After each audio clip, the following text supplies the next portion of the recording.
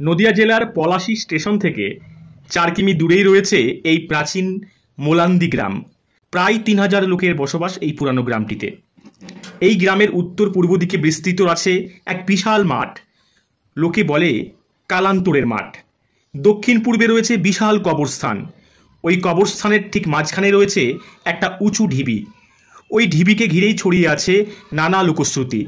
ওই ঢিবিকে লোকে পীরতলাও বলে।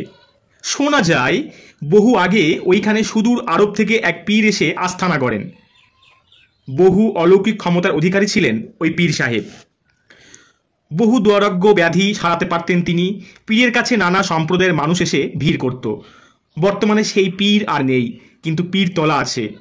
ওই পীরের মাহাত্ম্য নিয়েও ছড়িয়ে আছে নানা কাহিনী। তবে সবচেয়ে আকর্ষণীয় হলো ওই গ্রামের ঢিবিকে নিয়ে প্রচলিত কাহিনী, প্রচলিত লোককথা। লোকে বলে ওই ঢিবির নিচে নাকি পাতাল ঘর আছে। আগে ওখানে আত্মগোপন করত গায়ের লোক বিপদের সময়। বর্গীরা যখন বাংলায় ত্রাসের সঞ্চার করেছিল, সেই সময়ে মোলান্দি গ্রাম ও তাদের আক্রমণের শিকার হয়েছিল। গ্রামবাসীরা তাদের অত্যাচারের হাত থেকে রেহাই পাবার জন্য আশ্রয় নিত ওই ঢিবিরই নিচে পাতাল ঘরে। একবার বর্গীরা এসেছে শুনে গ্রামবাসীরা ঢুকে যায় ওই পাতাল ঘরে। বাইরে থেকে পাতাল ঘরের দরজা বন্ধ করে দিয়ে একজন গাছের ওপরে বসে থাকে।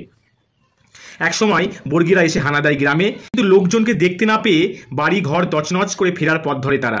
মনের আনন্দে তখন ওই পাহারাদার বাঁশি বাজাতে শুরু করে দেয়। বাঁশির শব্দ শুনে ফিরে আসে বর্গীরা আবার। পাহারাদারকে খুঁজে বার করে মেরে ফেলে। বাইরে থেকে দরজা বন্ধ থাকার ফলে ভিতরের লোক আর বের হতে পারে না। সবাই মারা যায় ওই পাতাল ঘরেই। অন্য একটি মতে জানা যায় যে বর্গীরা পাতাল ঘরের লোকজনেদের হত্যা করে ঘরের ভিতরে ঢোকে এবং ধনসম্পদ লুট করে নিয়ে যায়। আবার কেউ কেউ বলে বর্গীরা ওই পাতাল ঘরের দরজাটা ইট পাথর দিয়ে বন্ধ করে চলে যায় এবং ভিতরের লোকজন দম বন্ধ হয়ে মারা যায়। ওই ঢিবির কিছু দূরেই আছে পীর পুকুর। আগে ওইখানে নাকি 2টি পুকুর ছিল এবং ওই পুকুরের মাঝখানে ছিল ত্রিশূল মন্দির। লোককথা থেকে জানা যায় যে ওই মন্দিরের গর্ভে ছিল একটি ত্রিশূল পোতা, নাকি শিব জ্ঞানে পূজা করত গ্রামের লোকেরা। কালক্রমে মন্দির ভেঙে পড়ে, কিন্তু ওই ত্রিশূল থেকে যায়। ত্রিশূলটি নাকি খুবই পবিত্র ছিল, মাটির গভীরে বহু দূর পর্যন্ত পোতা ছিল। কেউই তুলতে পারেনি সেটা। শেষে রহিম নামে এক পালোয়ান ওই ত্রিশূলকে বাজি ধরে তুলে ফেলে, কিন্তু সেই রাতেই নাকি রক্তবমি করতে করতে মারা যায় রহিম। পীরতলার পাশেই ছিল একটি প্রাচীন বটগাছ। সেই বটগাছটা বছর কয়েক আগে উপড়ে যায়। শত শত বাদুড়ের আবাস ছিল ওই বটগাছটা। মোলান্দি গ্রামের প্রাথমিক স্কুলটি প্রায় 100 বছরের পুরানো। ওই গ্রামের বেশিরভাগ লোকই মুসলিম সম্প্রদায়ের। হিন্দু সম্প্রদায়ের লোকও আছে কয়েক ঘর।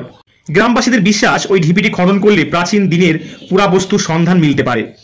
ঢিবির নিচেকার ইটগুলো পাতলা টালির মতো সরু ইট।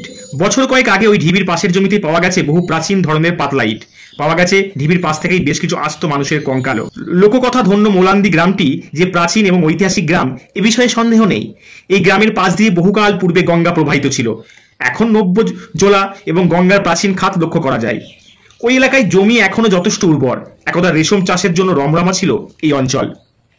ওই ঢিবির বহু ইট উধাও হয়ে গেছে, তবু নিচে আরো কিছু পোড়া বস্তুর সন্ধান মিলতে পারে এখনো খনন করলে। হয়তো এককালে এখানে কোনো বৌদ্ধ স্তূপ বা প্রসাদ ছিল, যা ধীরে ধীরে অবলুপ্ত হতে চলেছে। এখানে ত্রিশূল মন্দিরের অস্তিত্ব প্রমাণ করে যে আগে এখানে গ্রামটি ছিল হিন্দু প্রধান, এবং মুসলিম আক্রমণের পরবর্তী স্তরে পীরের কল্যাণে ধীরে ধীরে গ্রামটি মুসলিম প্রধান গ্রাম হয়ে উঠেছে। এই গ্রামের প্রাথমিক শিক্ষক মোহাম্মদ মহসিন শেখের মতো অনেকেই মনে করেন যে এখনো খনন করলে প্রাচীন দিনের অজ্ঞাত ইতিহাস বহু উপাদানের সন্ধান মিলবে এখানে। গ্রামবাসীদের সকলেই সেটা প্রাচীন দিনের ইতিহাসের উপকারিতা হিসাবে নিজেদের চিহ্নিত করার জন্য মুখিয়ে আছে।